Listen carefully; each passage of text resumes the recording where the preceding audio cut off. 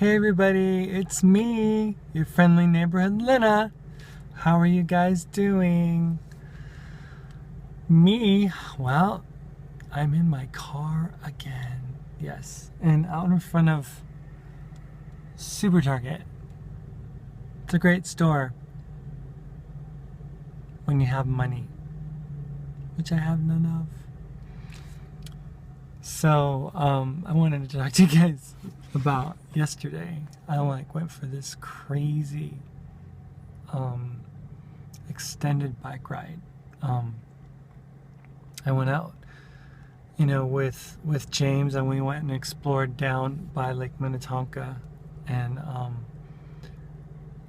it was so cool. It's so pretty out here. I mean, of course I'll be paying for it this winter, but for now it's pretty cool. The trail systems are just amazing. But we got back and he had to get to work and stuff like that. So I decided to go out yet again. So I went all the way out to Minneapolis, which is like 10 miles away, and then headed up north and did that whole loop that I did with my rollerblades, the 43-mile crazy woman thing. I did 47 miles on my bike, and that would mean 47 plus 25. That's a lot. I'm not really good at math, but see, I'd have to count it on my fingers. 47, 48, 49. If you guys can tell me what that all is, I would greatly appreciate it. But yes, that is one of my big flaws, is that I'm not very good at math. So that probably explains why I'm not very good at money either. I'm good at spending it. I'm good at using it up when it comes, but I don't know how to save. I don't know how to budget. I don't have no clue. That's what, having a guy who knows money would probably be a beneficial thing for me. But I'm just not, I would never be qualified to have the ability to be a certified public accountant, or to do your taxes, or to do payroll at some company, or to be in charge of, keeping the financial information. No, I'm just not that person. So, but I'm good at other things, I mean, you guys see, I'm pretty adept at playing the piano. I think I can sing a little bit, although, my voice will give me away. So I have to work on softening it or whatever. I even played the trumpet growing up, and I can doodle around on a accordion. Yeah, haven't done that since I was like 6, so I can't imagine that I'd be that great at it. But it has keys on it, and you push it in and out. So I don't know. Maybe I could figure it out again. It's just those buttons on the left side that would probably confuse me. But yeah, so I don't even know where I got the energy to do such a thing, to go that far and to just do like what do they call it? A duoathlon. Yeah. What is it? It's not a duoathlon. It's just biking. See, I biked a long ways, and it was longer than I had ever done in my entire life. I mean, I did do 75 one time, or 70, I think it was. So let me see. 47 plus 20 is 67 plus 5 Okay, 72? Is that what I did?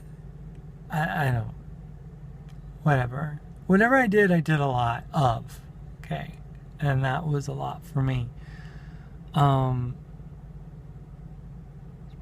you know, here I am right now. I just got off the phone earlier today with a bunch of like creditors telling them, hey, I can't pay, you know, I don't have any money, blah, blah, blah. And then, you know, they're like, oh, so what kind of bankruptcy are you looking at filing? And I go, I don't know. They go, okay, well, call us back when you have that information. I was like, okay. So, you know, that's the crazy thing. I had this stellar credit, and my credit's probably at like a 600 now, but I had stellar credit for all my life, you know? I mean, yeah, I would make bills, but I would pay bills, you know? I would buy stuff, I would pay for it, you know? And now, I can barely keep the rent paid, you know? I have to figure out what I'm gonna do for work next month. It's just crazy. Excuse me, I'm yawning. But I'm still happy. I'm still excited to be me. And I'm grateful to be alive yet. And you know, what can you say? You know, when life throws you what, lemons, make lemonade? Or how about if it throws you limes? Would you make limeade at that point? Or maybe, how about if it threw you lemons and limes? Would you make lime lemonade? I don't know. But whatever it is, I'm trying to make that out of it, you know. I did have a long conversation with my only begotten sister. She had fallen off the edge of planet Earth as we know it, and I think I found her almost falling asleep yesterday back at her house. I called her at my at her home number, so she didn't know the caller ID coming up, and I talked to her, and we went through all kinds of stuff, you know, talking about things and everything about, you know, what I'd been doing lately and my transition, blah, blah, blah, blah, blah. You know, I don't know what to tell her. I don't know what to say when it comes to stuff going on with me. Because I just told her, the longer you wait, the harder it's going to be. Because, I mean, I'm changing, you know? And I don't really like my makeup right now. I'm going to kind of work on it while I talk a little bit. It's kind of a first here. But, you know, I'm changing, and I'm not the same person that I used to be, you know? And I said, the longer you wait for me to change, and the longer you desire to just want to see me the way you see me, the harder it's going to be for you to get a grasp on what's happened, you know, because I have changed. And, you know, I told her I had a boyfriend. Of course she's shocked, you know, why wouldn't she be? My mom was shocked when I told her. But, you know, I mean, they think that, you know, this all is going to go away somehow, or they can just, you know, hope that things normalize or what have you. But the reality is, it's not. I mean, I'm this, and I'll be this to my dying day. I mean, this is who I am. And I make no apologies whatsoever. You know? I mean, that's just the way life went for me. And I'm sorry if you can't accept it. I've accepted it. And I would ask them to accept me. But, sometimes it's just way too hard for people. Way too hard to accept a person regardless of how they feel about what they're doing, or who they've become. I mean, when you accept people, you accept them for, without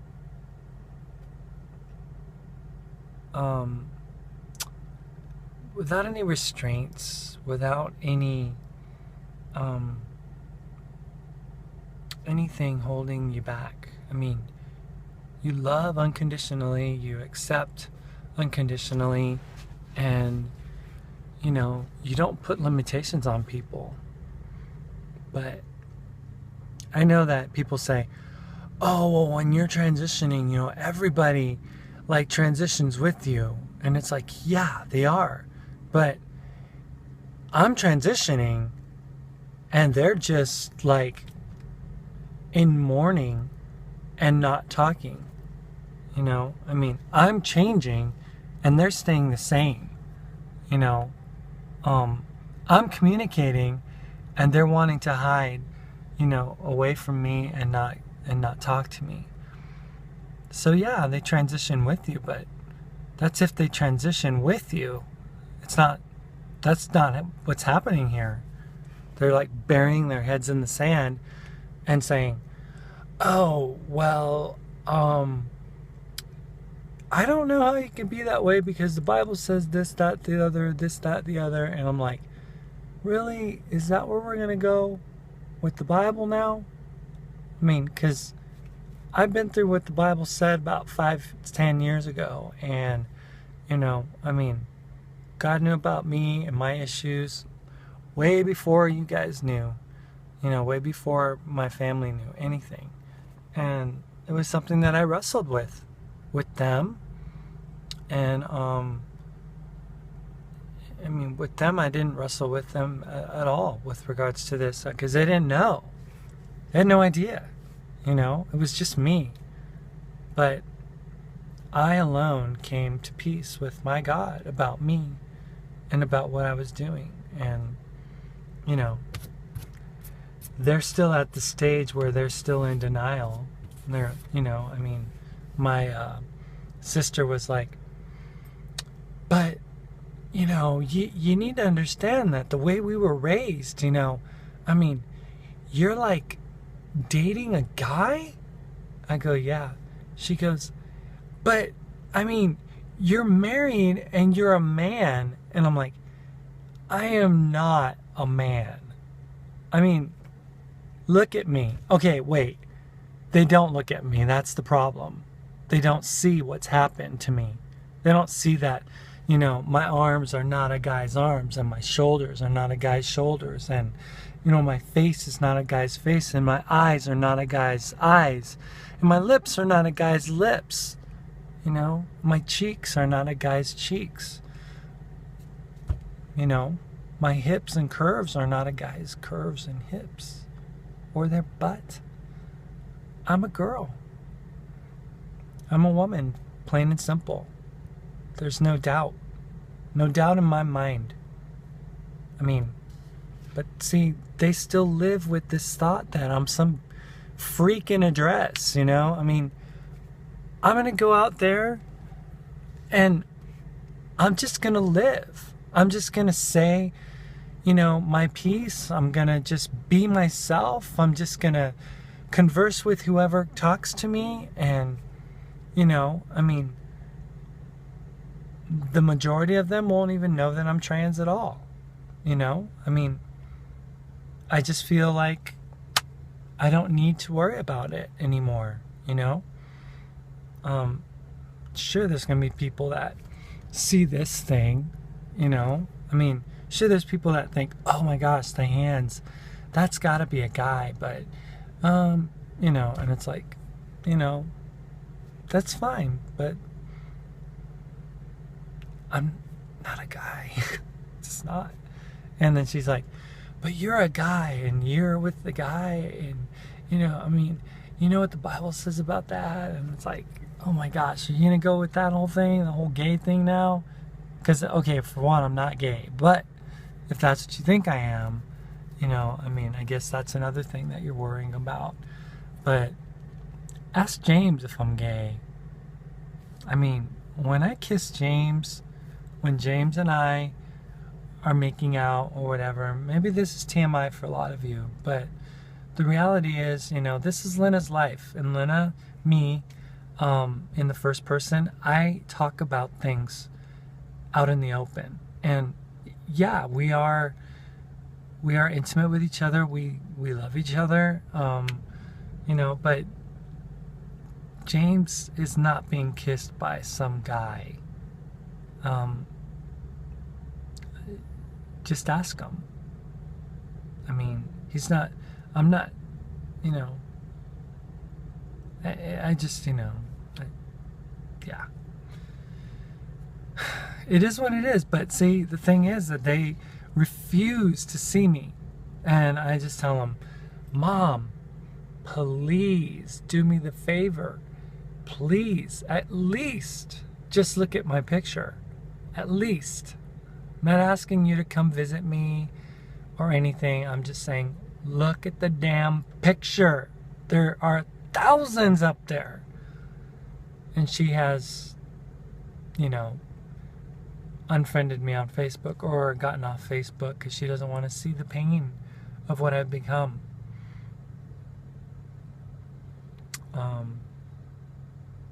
And my sister's like, what would it make a difference if I saw you? You know, I mean, I know you're my brother. I go, yeah, but maybe it'll cause you to think, gosh, you know, my brother's been dealing with this whole gender identity thing for a long time. He's telling me about what is going on. And now I see him and I think, wow, maybe it's true. Maybe these things do happen. Maybe gender dysphoria is real. Maybe transgender people do exist. Maybe intersex is real. Maybe, you know, maybe. But they say, I'm not ready, I'm not willing, I'm not, you know, desiring to see you as a guy dressed up in a dress. I mean, but look at this face. It's not a guy dressed up in a dress. It's not. I mean, it just isn't. But you can't tell them that because they don't want to look. They don't want to see. They don't care about that part of you that you're telling them exists, but they're like, nah, that doesn't exist. And it's like, but it exists, it's real. Let me tell you about me. Let me tell you what happened to me when I was 5. Let me tell you about me when I was, you know, when I didn't get married and I dressed in your clothes for comfort and I was like totally feeling good about myself because I was able to see myself as a woman. Let me tell you about me. But no, they don't want to know. It's like, tell me everything about you that I knew from before, but don't tell me about your female traits or what's going on with you and what's happened with you. Don't tell me that part. I only want to know what I can understand. I don't want to know what I don't understand and what I'm not willing to understand, more importantly. But I do encourage you guys to,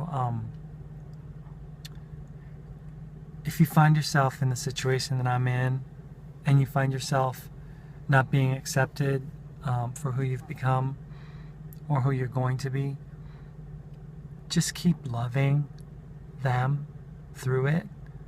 Prove to them that you are who you are. Prove to them that you mean what you say.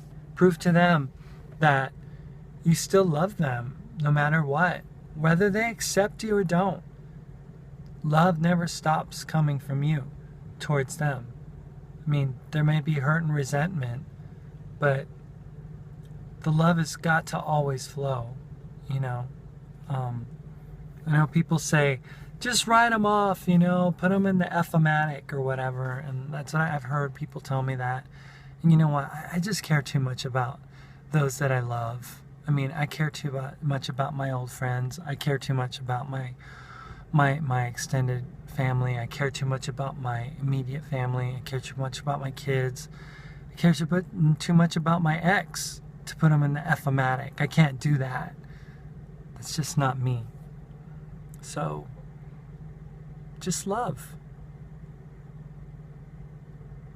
Love is a healing balm, and it does wonders for people.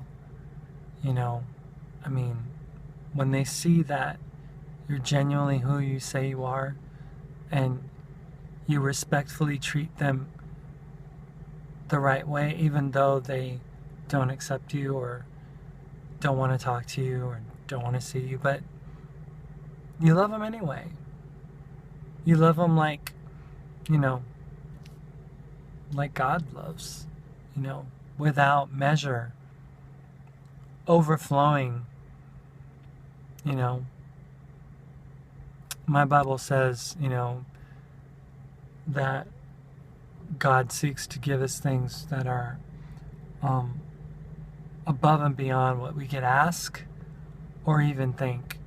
And, you know, God has truly blessed me with the ability to transition and become the woman that I am today, and the woman that I'm going to be in the future, and has given me a gift of happiness and gratefulness that I will never forget. You know, I will always be grateful to Him for allowing me to go through this and for allowing me to talk about it, to document it, to write it down. So, here I am, another day. Another day in Lynna's life. Well, see you guys later, and I love you lots.